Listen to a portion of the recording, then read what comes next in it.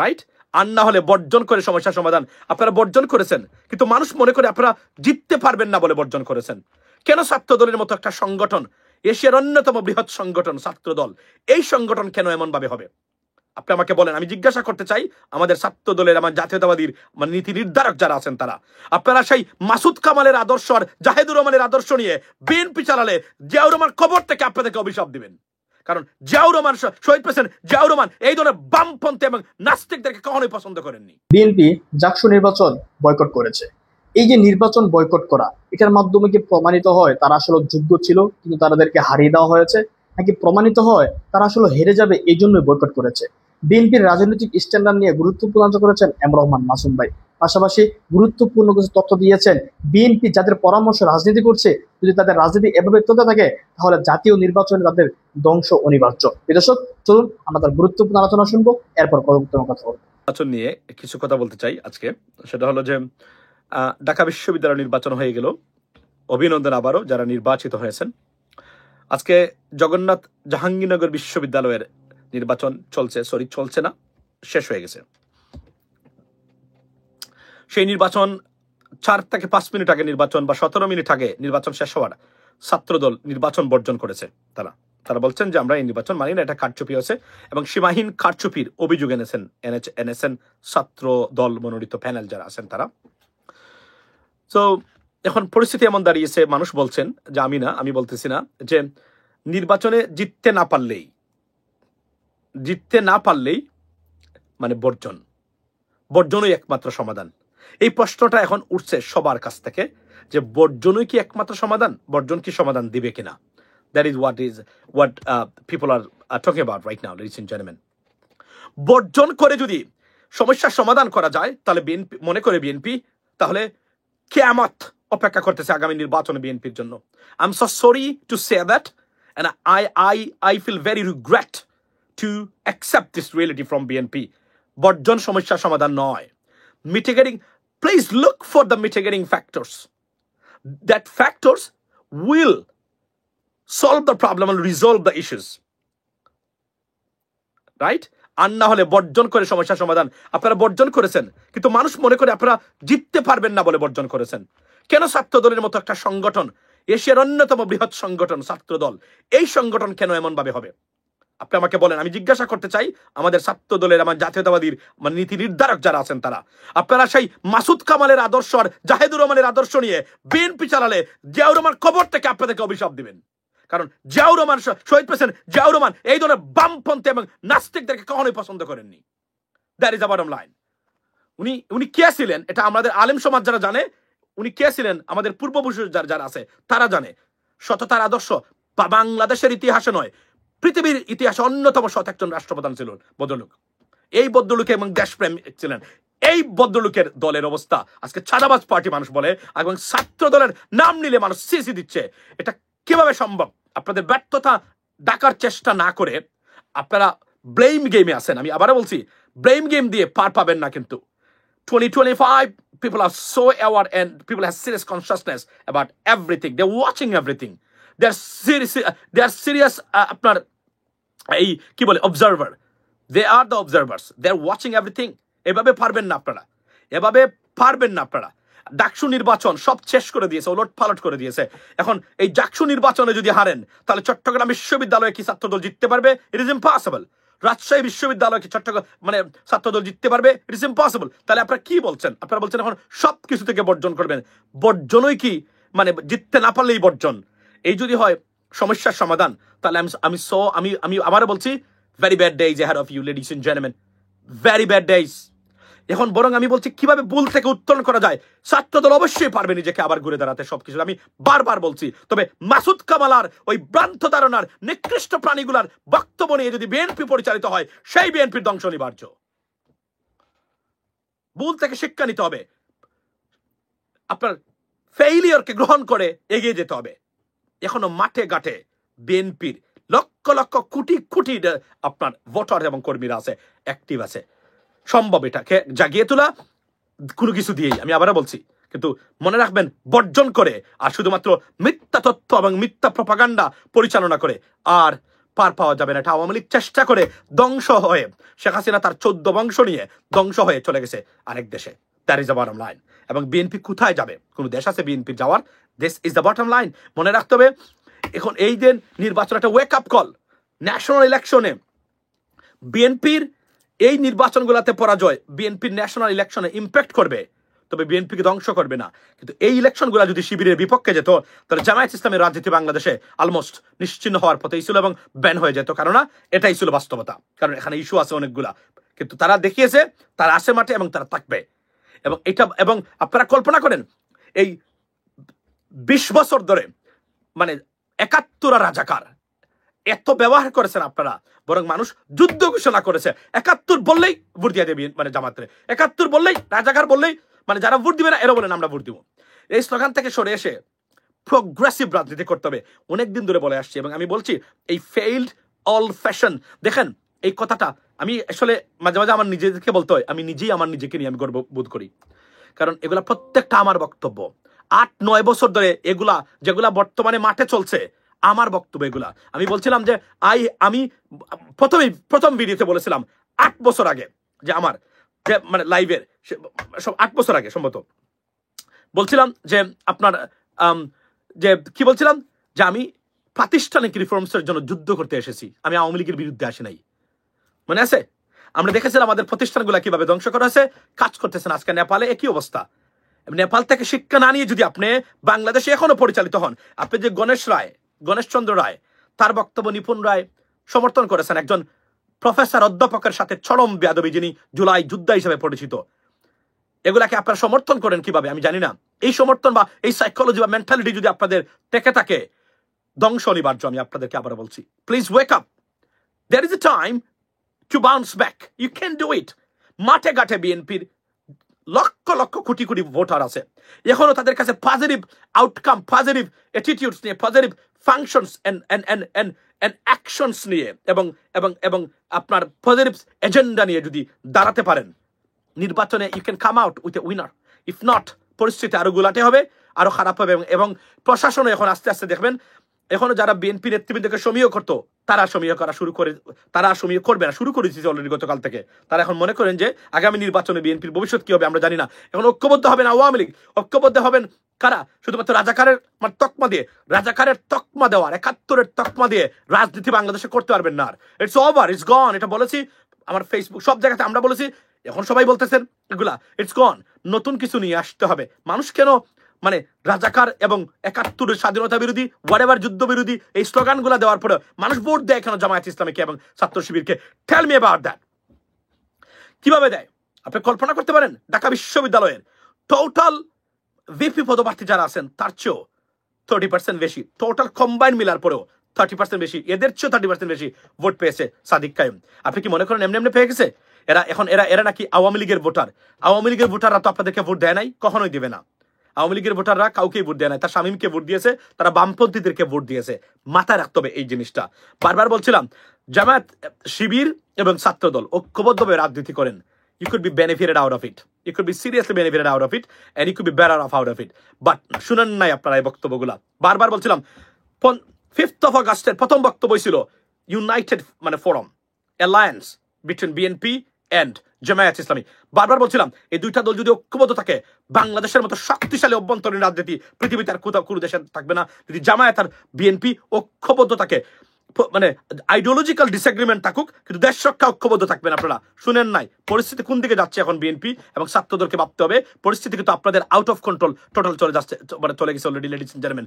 এবং এই নির্বাচন যদি কোনোভাবে প্রত্যাখ্যান না হয়, মানে তারা বাতিল না করেন, করবে না তারা, কারণ ছাত্ররা মাঠে নেমে যাবে এবং বিএনপির ছাত্র সংগঠন যেটা ছাত্রদল আরো বিপদে পড়বে তারা যদি এই নির্বাচন তারা মানে কি করেন, বাতিল করেন। কেননা তারা মনে করেন এই নির্বাচন সঠিক হয়েছে এবং এটা জিততে না পারার কৌশল বা অজুহাত বলে ছাত্র দলের তারা ধরেই নিয়েছেন। সো এখান থেকে উত্তরণের পথ খুঁজতে হবে। আমার মনে হয় না এভাবে পার পাওয়া যাবে। আচ্ছা, ব্যাড নিউজ ফর ছাত্র দল এন্ড বিএনপি। আগামী নির্বাচন যদি সঠিকভাবে ভোট দেওয়ার প্রক্রিয়া থাকে, অর্থাৎ মানুষ ভোট দিতে পারে। আমি একটু আগে আমার পেজে মনোমান মাসুম এখানে বলে আসছি, শুনুন আমি আপনাদেরকে বলি, আবারও বলছি গাইস, এক ভোট দিয়ে ঢাকা বিশ্ববিদ্যালয়ে সারা বাংলাদেশ কাঁপিয়ে দিয়েছে বাংলাদেশের ভোটাররা, সাধারণ মানে পরিবারের ছাত্রছাত্রীরা। আগামী ইলেকশনে একটা জিনিস নিশ্চিত করবেন, খালি ভোটটা দেওয়ার ব্যবস্থা রাখবেন। কে বালু চুরি করেছে, কে কোথায় কি করেছে, কে কোন মানে আপনার প্লট দখল করেছে, ডোন্ট ওয়ারি অ্যাবাউট দ্যাট। বাংলাদেশকে ঠিকাতে চান, বারবার বলছি, আপনার সন্তানকে রক্ষা করতে চান, তাহলে ভোট দেবেন। আগামীতে ভোট, আপনার ভোটের অধিকার আর বিচার বিভাগ, এই দুটো প্রতিষ্ঠানকে রক্ষা করার জন্য প্রয়োজনে আবার মাঠে নামবেন, গড়ে গড়ে লাঠি বানিয়ে রাখবেন। প্রয়োজনে লাঠির স্পন্সর আমি করতে চাই, নট আ প্রবলেম। যদি আপনার টাকা না থাকে ওই জন্য শক্তিশালী লাঠি বানানোর জন্য, আমি এটা স্পন্সর করবো। আমাকে বলবেন আপনার কোথায় কিভাবে করতে হবে। এই দুইটা প্রতিষ্ঠানকে যদি রক্ষা করতে পারেন, বাংলাদেশ আপনারা ফিক্স করে দিতে পারবেন। আর এই দুইটা, কেননা ঢাকা বিশ্ববিদ্যালয়, আমি বারবার বলছি, দেখেন আমি কতটা মানে থটফুল চিন্তা চেতনাতে, মানে আমি আমি আমি আমি আপনার এগুলার আমি বলেছি আগ থেকে, যে খালি ভোটটা দিতে পারবেন, এই ব্যবস্থাটা করবেন। খালি ভোটটা, কিছু লাগবে না আপনাদের। কে কোথায় বালু চুর করেছে, কে কোথায় দখল করেছে, কে রেলওয়ের জায়গা জমি দখল করেছে, এগুলা বেরিয়ে আসবে সময় মতো। খালি আগামী নির্বাচনে সৎ যোগ্য প্রার্থী দেখে ভোটটা, আপনার ভোটটা যেন কেউ পেশি শক্তি কালো টাকা দিয়ে কিনে না নিতে পারে এবং আপনার দখল না করতে পারে। আমি বারবার বলছিলাম যে, বলি না আমি, টাকা খেয়ে নয়, টাকা দিয়ে ভোট দিবেন, টাকা দিয়ে ভোট দিবেন। একটা কৃষকের সন্তান যদি নির্বাচন করতে চায়, টাকা দিয়ে তাকে ভোট দিবেন। 5 লক্ষ মানুষ যদি, আপনার এই 2 লক্ষ 5 লক্ষ মানুষ যদি একটা মানে সংসদীয় আসনে থাকে, 100 টাকা করে 5 লক্ষ মানুষ টাকা দিলে কত টাকা হয় তার নির্বাচনী ক্যাম্পেইন করতে গেলে। তার কি জায়গা বিক্রি করতে হবে কিনা, তার কি জায়গা বন্ধ রাখতে হবে কিনা, তার কি লোন করতে হবে কিনা, তার কি দুর্নীতি করতে হবে কিনা, আমাকে বলেন। এই সিস্টেম চালু করেন। 100 টাকা বাংলাদেশের যে কোন ফকির বলবেন তাড়াতাড়ি মানে দিয়ে দিবে। বাংলাদেশের আমি নিজে দেখেছি, আমি সিলেটে, আমি ঢাকাতেও দেখেছি, 1000 টাকার বাংতি দিয়ে দেয় তারা ভিক্ষা দিতে গেলে। বলতে পারবেন না আপনার কাছে 1000 টাকার নোট, বলবে যে স্যার আমার কাছে আছে, 2টা 500 টাকা দিয়ে দিব সাথে সাথে। বাংলাদেশের ফকির যারা আছেন, আমি বিশ্বাস করেন ভাই, আমার একটা নিয়ম আছে, আমি আপনাদেরকে বলি, আমি কোনো ফকিরকে কখনো ফিরিয়ে দিই না, আমি 10 টাকা দিই, এটা আমার নিয়ম। কারণ কার দোয়া কখন কিভাবে লেগে যাবে আপনি জানেন না। এজন্য অরিজিনাল ফকির না এবং ধরছে, I don't care about that, I do it. কারণ এই ফকিরের উপর রিসার্চ করার আর এই কি করার সময় আমার নাই, আমি জানি এগুলা। সুতরাং এটা আমার ইনরমেন, সবার জন্য সম্ভব হবে না। বাংলাদেশে যারা থাকেন, আমরা বিদেশ থেকে যাই, এটা আলাদা ব্যাপার। তো আমি দেই, কেন দেই, কার কোন দোয়া লেগে যাবে, ইনরমেন। তো এইটা হলো মন জিনিস। তো এই জন্য আমি বলছি, আপনি ফকিরকে দিয়ে, একজন ফকিরকে বলবেন আপনি 1000 টাকার নোট আপনার কাছে বাংতি নাই, সে বলবে স্যার কত টাকার বাংতি লাগবে, তাস করে বের করে দিয়ে দিব, কোনো সমস্যা নাই, চিন্তা করেন আপনারা। এই জন্য আমি বলছি, হাত ধরে বলেন আসতে 7 এবং 8 বছর ধরে বলে আস, ও ইয়াস অফকোর্স আমি বলে আসতেছি। আমার 2টা পেজ, এগুলা বের করলে সব ভিডিও এখন আমি আবার মানে রিশার দিতাম, এগুলো আপনাদেরকে দেখানোর জন্য আমি কি বলেছি, কোথায় বলেছি। লেডিস এন্ড জেন্টলম্যান, আমি আবারও বলছি, বাংলাদেশ সম্ভাবনা এবং পরিবর্তনের দুয়ার উন্মোচিত হয়েছে ডাকসু থেকে বা ঢাকা বিশ্ববিদ্যালয় থেকে। এর মানে না যে ছাত্র দল বা বিএনপির বিপক্ষে যাচ্ছে বলে এটা আমি বলছি। এটা বলছি যে ভোট দিলে ভালো মানুষকে নির্বাচিত করতে পারবেন এবং নতুন এবং পরিবর্তন আসবে, এটাই আমাদের চাওয়া। এবং ফেব্রুয়ারিতে নির্বাচন হবে, সেই নির্বাচনে আপনারা শুধু সৎ যোগ্য প্রার্থী দেখে ভোট দিবেন, মার্কা দল দেখে নয়। মার্কা দল দেখে ভোট দিবেন। আপনাদের দারিদ্রতা আর আপনাদের এই লাঞ্ছনা, আপনাদের এই বঞ্চনা, কোনো কিছু আপনাদের কপাল থেকে যাবে না, আমি বলছি এটা আপনাদেরকে। সুতরাং এটা আমাদের অনুরোধ। আমার time coming to an end, because I got to go. আমি আপনাদেরকে অনুরোধ করব, আসুন আমরা ঐক্যবদ্ধভাবে সবাই শুরু করি। পরিবর্তন আসতেছে, I can see the lights end of the tunnel, trust me. খালি ভোট দিতে পারলেই। আর এটার বাইরে 100,000 বিলিয়ন ডলার কেউ আপনাদেরকে দিলে আপনাদের পরিবর্তন হবে না, এগুলো চলে যাবে দুর্নীতি এবং লুটপাটে। ভোট দিতে হবে, ভোটের জন্য প্রস্তুতি নিন, লাঠি ঘরে ঘরে বানিয়ে রাখবেন, পাশা লাল করে দিবেন। ভোট চুরি আর ভোট নিয়ে মানে দুকাবাজি করা কাউকে মানে ছাড় দেওয়া হবে না এই ক্ষেত্রে। কেননা এটার উপর নির্ভর করে আপনার সন্তান কিভাবে যাবে।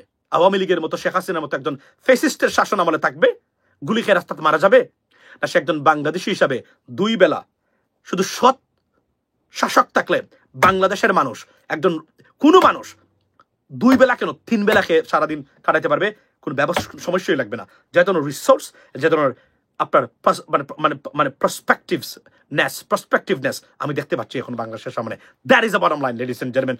পাল্টে দিতে পারে বাংলাদেশকে। তবে যদি সেই গতানুগতিক ধারার রাজনীতি আর লিডার যারা মনে করে বিদেশ গেলেও তাদেরকে 200 দিনে এয়ারপোর্টে যাইতে হবে, আবার আসলেও কোনো কাজ ছাড়া সে তার তার কিসের জন্য গেছে, ব্যক্তিগত তার শাশুড়িকে দেখতে গেছে, আসার পরে তাকে মিছিল দিয়ে আনতে হয়, আমার ভাই তোমার ভাই রক্তের বন্যা বয়ে দিব অন্যায়, এরপরে কি এবারে রাত পথ ছাড়ি নাই, এই করে নাই সেই করে নাই, এই ধরনের ভ্রান্ত ভুয়া রাজনীতিবিদার স্লোগান দ্বারা দাঁড়িয়ে যারা আছেন, please abandon them, just abandon them, that is what it is you need to do. নতুন রাজনীতি, নতুন পলিটিক্স, তার বিকল্প নেই, পরিবর্তনের এই বিকল্প নেই। Ladies and gentleman, be blessed. See you next time. I got to go because my time is very stipulated. It's during the break time. Have a blessed day. See you next time. Make sure you guys support Channel US Bangla. I know. এই নাস্তিক ধর্মদ্রোহী আর বামপন্থীরা বিএনপির শত্রু, এরা বিএনপির বন্ধু নয়। এটা প্রেসিডেন্ট জিয়াউর রহমান থাকলে এরা দ্বারে কাছে আসতে পারে। চলছে গণনা।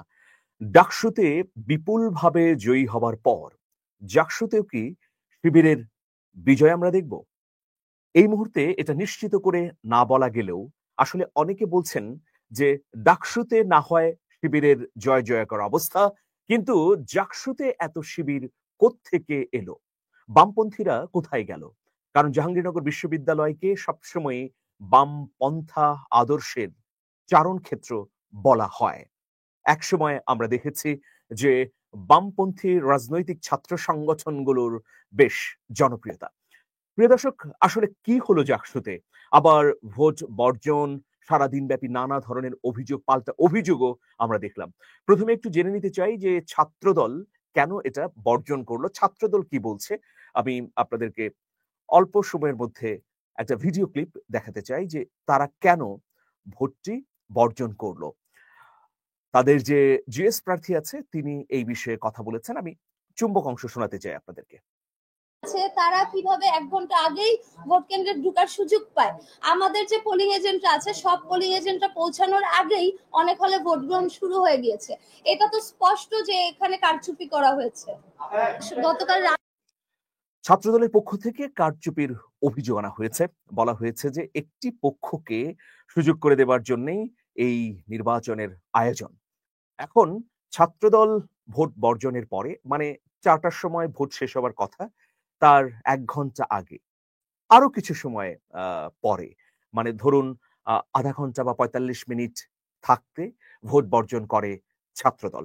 আমরা দেখেছি সন্ধ্যার পরে বামপন্থী ছাত্র সংগঠনের যে প্যানেল, যে জোট সংসপ্তক, তারাও ভোট বর্জন করেছে। তবে বৈষম্য বিরোধী ছাত্র আন্দোলন থেকে জন্ম নেয়া বাংলাদেশ গণতান্ত্রিক ছাত্র পরিষদ বাকছাস এবং স্বতন্ত্র প্রার্থীদের যে প্যানেল রয়েছে, পাশাপাশি শিবিরের প্যানেল, তারা কিন্তু ভোট বর্জন করেনি, যদিও সারাদিন নানা ধরনের কথা বলেছে। কিন্তু সাধারণ ছাত্ররা, শিক্ষার্থীরা এই বিষয়ে কি বলছেন তা তো আমরা জেনে নিতে পারি। চলুন আমরা দেখে নিচ্ছি যে তারা কি বলছেন। পরিবেশ খুবই সুন্দর এবং সুষ্ঠু এবং সুন্দরভাবে ভোট, এই মানে এই ভোটটা এখনো দেরি হচ্ছে, তো খুব তাড়াতাড়ি এটা শেষ হয়ে যায় মনে আশা করি।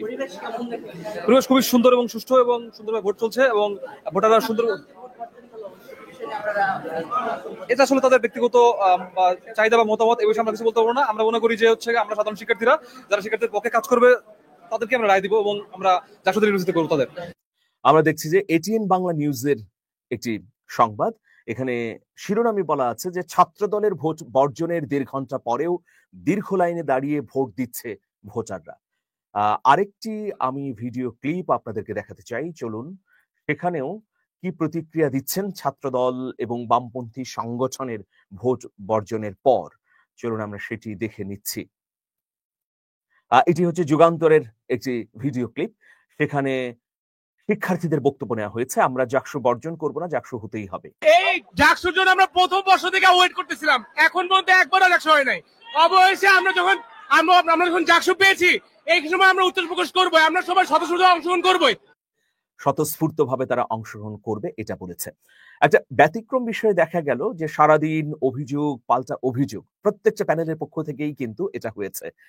কিন্তু 4টার পরেও দীর্ঘ লাইন। তো একজন শিক্ষার্থীকে সাংবাদিক যখন প্রশ্ন করলেন যে আপনারা আসলে এত পরে ভোট দিতে এসেছেন কেন, এখনো তো আপনাদের লাইন দীর্ঘ, কিন্তু সময় তো শেষ হয়ে গেছে, তখন সেই শিক্ষার্থী বলল যে আসলে জাহাঙ্গীরনগর বিশ্ববিদ্যালয়টি আবাসিক হবার কারণে ছাত্রদের যাদের ক্লাস থাকে না বা যেদিন হলিডে থাকে সেদিন একটু দেরিতে ঘুম থেকে ওঠে বা একটু বেলা করে ঘুমায় সবাই, সেই কারণে তারা আসলে লাঞ্চ সেরে 2টোর সময় এই এসে লাইনে দাঁড়িয়েছে, যে কারণে আসলে 4টার পরেও এই ভোট গ্রহণটি শেষ হয়নি। এবং বিশ্ববিদ্যালয় প্রশাসন আমরা দেখেছি যে লাইনে দাঁড়ানো সবাইকে ভোট দেবার সুযোগ করে দিয়েছে। প্রিয় দর্শক, তো এইরকম একটা পরিস্থিতি আমরা দেখছি যে পরিস্থিতি কিন্তু নানাভাবে উত্তপ্ত হয়েছে, অভিযোগ শানিত হয়েছে। আবার বিএনপিপন্থী 3জন শিক্ষক যারা এই ভোট আয়োজনের সঙ্গে যুক্ত ছিলেন তারাও ইতিমধ্যে বর্জন করেছেন।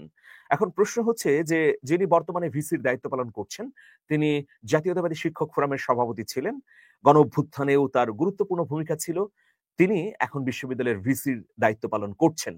তো বিএনপি পন্থী সুপরিচিত ক্যাম্পাসে গণ অভ্যুত্থানের পক্ষের একজন শিক্ষক ভাইস চ্যান্সেলরের দায়িত্ব পালন করার পরেও তিনি কি আসলে কোনো একটি রাজনৈতিক দল, বিশেষ করে ছাত্রদল যে অভিযোগ করছে যে শিবিরের হয়ে প্রশাসন কাজ করেছে, তাহলে এটা আসলে কিভাবে সম্ভব?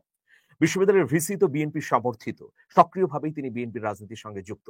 তিনি কি আসলে শিবিরকে সুযোগ করে দিলেন এই নির্বাচনের মধ্য দিয়ে? এটিও একটি প্রশ্ন তৈরি হয়েছে। প্রিয় দর্শক, আমি ধারাবাহিকভাবে আলোচনা করতে চাই, নিশ্চয়ই এই আলোচনার শেষ পর্যন্ত আপনারা থাকবেন। আমি প্রথমেই যে প্রশ্নটি উত্থাপন করেছে যে ডাকসুর মতো জাকসুতে কি শিবিরের বিজয় হবে? এত শিবির কোত্থেকে এলো? কারণ আমরা জানি যে 90-এর পর থেকে স্বাভাবিকভাবে বা প্রকাশ্যে রাজনীতির সুযোগ পায়নি বাংলাদেশ ইসলামী ছাত্র শিবির। তাহলে গণ অভ্যুত্থানের পরে তারা হঠাৎ করে এত কর্মী সমর্থক বা এত বিপুল সংখ্যক নেতাকর্মীর কিভাবে উপস্থিতি ঘটালো, বা এই সব নেতাকর্মী কোথায় ছিল? এই বিষয়েও আমি উত্তর খোঁজার চেষ্টা করেছি। যাই হোক, প্রিয় দর্শক, আমরা যেদিকে ফোকাস দিতে চাই যে জাহাঙ্গীরনগর বিশ্ববিদ্যালয় মানেই সাংস্কৃতিক চর্চা, বিশেষ করে নাটকের চর্চা। সেখানকার নাট্যকলা বিভাগ খুবই শক্তিশালী। শুধু তাই নয়, এই জাহাঙ্গীরনগর বিশ্ববিদ্যালয়ে আমরা 90 দশকে দেখেছি যে বামপন্থীদের জয় জয়কার অবস্থা। বামপন্থী রাজনীতির আঁতুড়ঘর বলা হতো এই বিশ্ববিদ্যালয়কে। তাহলে দীর্ঘ 40 বছরে বামপন্থী রাজনীতির ভয়াবহ সংকোচন হয়েছে, নইলে বামপন্থীদের শক্তি এতটা স্তিমিত হয়ে গেল কেন? এর পেছনে আমি শিক্ষার্থীদের সঙ্গে কথা বলে যে কারণগুলো পেয়েছি, প্রথমত সাংগঠনিক বিস্তৃতি নেই বামপন্থী ছাত্র সংগঠনগুলোর আগের মতো। দ্বিতীয়ত তাদের নিয়মিত রিক্রুটমেন্টের ব্যবস্থা নেই। বামপন্থী ছাত্র সংগঠনগুলোর মধ্যে ধরুন বাংলাদেশ ছাত্র ইউনিয়ন, ছাত্র ফ্রন্ট, ছাত্র ফেডারেশন, ছাত্র মৈত্রী, জাসদ, ছাত্রলীগ, যেটা বাংলাদেশ জাসদের অন্তর্ভুক্ত, এই সংগঠনগুলো ক্যাম্পাসে এখন কার্যক্রম চালাচ্ছে, কিন্তু এই কার্যক্রম খুবই সীমিত। নিয়মিত তাদের কোনো যোগদানের কোনো প্রক্রিয়াও নেই। এর কারণ আরেকটি রয়েছে যে তাদের যে মুরব্বী সংগঠনগুলো আছে তাদের ভয়াবহ নিষ্ক্রিয়তা, পৃষ্ঠপোষকতা করার অভাব, বা ছাত্রদের মধ্য থেকেই উদ্যোগী হয়ে কাজ করার মতো শিক্ষার্থীর অভাব। এছাড়া শিক্ষার্থীদের জন্য আকর্ষণীয় সময় উপযোগী প্রোগ্রাম উপস্থাপন করতে না পারা, শিক্ষার্থীদের জন্য অধিকার আদায়ের আন্দোলনগুলোতে সামনের সারিতে না থাকা, ফলে দীর্ঘ 40 বছরকে যদি আমরা সামনে রাখি, এই সময়ের মধ্যে বামপন্থী রাজনীতির যে চর্চা সেটা আস্তে আস্তে কমে এসেছে, ক্ষয় হতে শুরু করেছে এই সংগঠনগুলো। এইরকম একটা পর্যায়ে দাঁড়িয়ে গণ অভ্যুত্থানের পরে আমরা তাদের সাংগঠনিক অবস্থারও বেশ দুর্বলতা দেখতে পাচ্ছি। এখন প্রশ্ন হচ্ছে যে তাহলে ছাত্রদলের কি অবস্থা ছিল? আমরা বিভিন্ন সময়ে দেখেছি, বিশেষ করে গণ অভ্যুত্থানের পরের সময়গুলো যদি ধরি, যে ছাত্রদল আসলে তাদের কমিটি দেয়াকে ঘিরে নানা ধরনের সংকটের মধ্যে পড়েছে। কারণ দীর্ঘ 16 বছর ছাত্রলীগের কারণে খুব একটা সংগঠন তৈরি করতে পারেনি ছাত্রলীগ। ফলে কি হয়েছে যে তারা ক্যাম্পাসে ছিল ঠিকই, কিন্তু তাদের গোছানো কোনো সংগঠন ছিল না। গণ অভ্যুত্থানের পরে ছাত্রদল যখন সংগঠন তৈরি করতে গেছে তখন অন্তর্কোন্দল এমনভাবে প্রকাশ্যে চলে এসেছে, সেটাও আমরা গণমাধ্যমের কল্যাণে দেখেছি। শেষ পর্যন্ত আমরা কি দেখলাম, তারা যখন প্যানেল দিল তখনও একটা পক্ষ বিদ্রোহ করলো এবং সেখানেও বহিষ্কারের ঘটনা ঘটেছে, আপনারা জানেন। কিন্তু শিবিরের এই যে বিস্তৃতি বা বাড়ন্ত কিভাবে হলো? 90-এর পর থেকে শিবির ধরেই নিয়েছে যে এখানে আমি প্রকাশ্যে রাজনীতি করতে পারবো না, প্রকাশ্যে তৎপরতা চালাতে পারবো না। ফলে তারা গোপন বা অপ্রকাশ্যে বা পরোক্ষভাবে বিভিন্ন ছায়া সংগঠন তৈরি করেছে, বিভিন্ন সামাজিক, সাংস্কৃতিক, মানবিক অধিকারমূলক সংগঠন তৈরি করে সেগুলোতে তারা যুক্ত হয়েছে, অন্যদেরকে যুক্ত করেছে এবং বিশ্ববিদ্যালয়ের শিক্ষার্থীদের পাশে থেকেছে। বিপুল সংখ্যক ক্যাম্পাস কেন্দ্রিক সাংবাদিক তৈরির ক্ষেত্রে শিবির ভেতরে ভেতরে ভূমিকা পালন করেছে, সোশ্যাল মিডিয়া অ্যাক্টিভিস্ট তৈরি করেছে। দেখুন, এই যে তারা 16 বছর ধরে কাজ করেছে, এই কাজগুলো তারা করেছে বিভিন্ন সামাজিক, সাংস্কৃতিক এবং মানবিক সংগঠনের হয়ে। ফলে কি তারা ক্যাম্পাসেই ছিল, তাদের সঙ্গে অন্যান্য ছাত্রদেরও একটা বন্ডিং গড়ে উঠেছিল। কিন্তু গণ অভ্যুত্থানের পর সাধারণ ছাত্ররা বুঝেছে যে এরা হচ্ছে শিবির। আসলে এতদিন সেটা প্রকাশিত ছিল না। এটা যেমন একটা বিষয়। হ্যাঁ, অপ্রকাশিতভাবে তাদের অবশ্যই কমিটি ছিল, যেটা বাংলাদেশ ইসলামী ছাত্র শিবিরের কেন্দ্রীয় সংগঠন জানত বলে তাদের নেতৃবৃন্দ জানাচ্ছে। প্রিয় দর্শক, এখন এই যে তাহলে কি সেখানে শিবিরের বিপুল উত্থান হয়েছে এটা বলা যায়? শিক্ষার্থীরা বলছেন যে বিষয়টি আসলে এভাবে ব্যাখ্যা করা যথার্থ নয়, কারণ শিবিরের যারা সমর্থক ছিলেন বা শিবিরের রাজনীতি যারা ক্যাম্পাসে করেছেন, তারা মূলত সক্রিয় ছিলেন সবসময় শিবিরের ব্যানারে নয়, বরং বিভিন্ন ব্যানারে। ফলে তারা গণ অভ্যুত্থানের পরে যখন শিবিরের ব্যানারে এসেছে, তখন সবাই কিন্তু সবার পরিচিত শিক্ষার্থীদেরকেই পেয়েছে।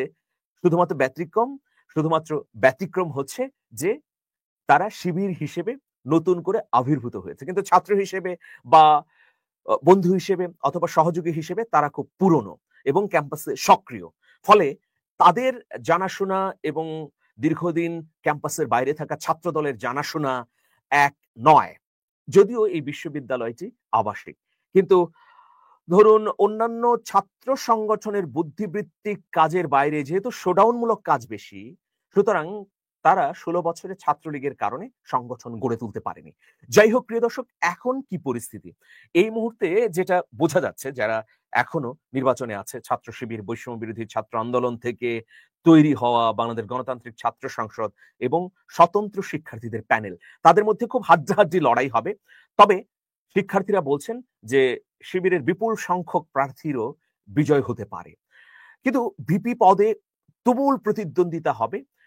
স্বতন্ত্র প্যানেল থেকে যিনি ভিপি প্রতিদ্বন্দ্বিতা করছেন, তার সঙ্গে শিবিরের যিনি ভিপি হিসেবে প্রতিদ্বন্দ্বিতা করছেন, তার মধ্যে মূলত লড়াই হবে বলে জানা গেছে।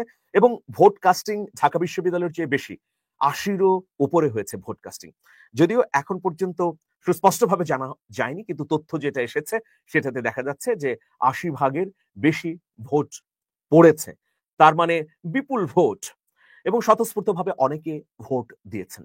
এখন দেখা যাক এই নির্বাচনটির ফলাফল কি দাঁড়ায়। তবে যে প্রশ্নগুলো তৈরি হয়েছে যে এই প্রশাসন কি আসলে কোনো একটি ছাত্র সংগঠনকে সুবিধা দিয়ে দিল কিনা, সেই ক্ষেত্রে আমার প্রশ্ন হচ্ছে যে জাতীয়তাবাদী পন্থী ভিসি তিনি প্রশাসনকে এমন কিভাবে সাজিয়েছিলেন যার ফলে শিবির এর মধ্য দিয়ে সুবিধা পেল।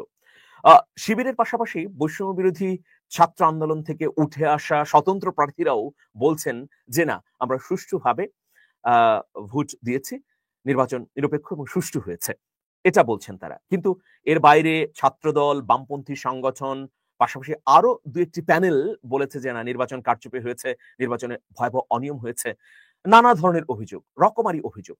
এখন সামগ্রিকভাবে বিশ্ববিদ্যালয় প্রশাসন কি আরো অভিযোগ মুক্ত রেখে এই নির্বাচনটি পরিচালনা করতে পারেনি কেন, এটা একটা প্রশ্ন। ঢাকা বিশ্ববিদ্যালয়ের ভিসিকে নিয়ে সবসময় একটা অভিযোগ তোলা হয় যে তিনি জামাত সমর্থিত, যদিও তিনি বারবার বলেন যে না, আমি কোনো রাজনৈতিক দলের সঙ্গে যুক্ত নই। কিন্তু জাহাঙ্গীরনগর বিশ্ববিদ্যালয়টি তো তেমন নয়, সেখানে সুস্পষ্টভাবেই একজন রাজনৈতিক দলের সমর্থক শিক্ষক ভিসি হিসেবে দায়িত্ব পালন করছেন, যিনি বিএনপির আসলে প্রতিনিধিও। তো তিনি থাকার পরেও ছাত্রদল কেন এই ধরনের অভিযোগ আনতে পারলো বা আনলো? যদিও কেউ কেউ বলছেন শিবিরের পক্ষ থেকে বা ছাত্রদের মধ্য থেকেও কেউ কেউ বলছেন যে ছাত্রদল হেরে যাবে বলে বর্জন করেছে। এখন দেখা যাক ভোটের ফলাফল কি দাঁড়ায়। জাহাঙ্গীরনগর বিশ্ববিদ্যালয়ে এই নির্বাচনের মধ্য দিয়ে স্থিতিশীলতা ফিরে আসবে কি, নাকি নতুন উত্তেজনা তৈরি হবে? এরপরে নির্বাচন রয়েছে রাজশাহী বিশ্ববিদ্যালয়, এরপর চট্টগ্রাম বিশ্ববিদ্যালয়। এই বিশ্ববিদ্যালয়গুলোতেও যখন নির্বাচন হবে তখন আসলে সুষ্ঠু, অবাধ, নিরপেক্ষ এবং গ্রহণযোগ্যভাবে করতে পারবে কিনা সেই বিষয়ে অবশ্যই সচেতন থাকা প্রয়োজন। আমি একটা পরামর্শ দিয়ে যাচ্ছি বিশ্ববিদ্যালয় প্রশাসনকে, সেটা হচ্ছে যে বিশ্ববিদ্যালয়গুলোতে সামনে নির্বাচন হবে সেই বিশ্ববিদ্যালয় প্রশাসন বা নির্বাচনী কার্যালয়ে একটি মক ইলেকশন করতে পারে কোনো একটি হলকে সামনে রেখে। তাহলে ওর মধ্য দিয়ে অনেকগুলো সমস্যা বেরিয়ে আসতে পারে বা কোন কোন বিষয়ে আরো জোর দেওয়া প্রয়োজন সেগুলো বেরিয়ে আসতে পারে। দেখা যাক, ফলাফল ঘোষণার পরেই বোঝা যাবে যে জাহাঙ্গীরনগর বিশ্ববিদ্যালয়ে আসলেই শিবিরের জয় জয়কার আছে কিনা। আলোচনাগুলো শুনেছেন, শুনে বুঝতে পেরেছেন আসলে বিএনপি কোন পথে আছে এবং বিএনপির কি করা উচিত। বিএনপির এই সমস্ত রাজনৈতিক স্ট্যান্ডার্ডের কারণে আজকে তাদের প্রত্যেকটা বিশ্ববিদ্যালয়ে ভরাডুবি হচ্ছে, আর বয়কটের মাধ্যমে তারা কোনো কিছু অর্জন করতে পারছে না। ছাত্ররা এবং মানুষ বুঝতে পারছে তারা হেরে যাবে, এজন্যই বয়কট করেছে। ভোট শেষ হওয়ার 1 ঘন্টা আগে যদি নির্বাচন বয়কট করেন তাহলে বুঝতে হবে আপনি বুঝে ফেলেছেন আপনার পরিণতিটা কি। আপনি যদি ভোটটা সকালে বর্জন করেন তাহলে বুঝতে হবে আপনি অনিয়মের কারণে বর্জন করেছেন। কিন্তু আপনি যদি শেষ পর্যায়ে দেখতে থাকলেন যে আপনার ভোটটা কেমন পড়ছে, আপনি নিশ্চিত হলেন যে এখন তো আমি আর বাঁচতে পারবো না, এখন তো আমার শেষ, আমি তো ভোটে হেরে যাব। তো কি হবে, কি করতে হবে? আই এম বয়কটেড, আমি বয়কট করে ফেললাম নির্বাচন। এভাবে আসলে রাজনৈতিক স্ট্যান্ডার্ড আপনার ঠিক হবে না, উন্নতি হবে না, নিজেদের পরিবর্তন করতে হবে। এটাই হচ্ছে সবচেয়ে বড় লজিক।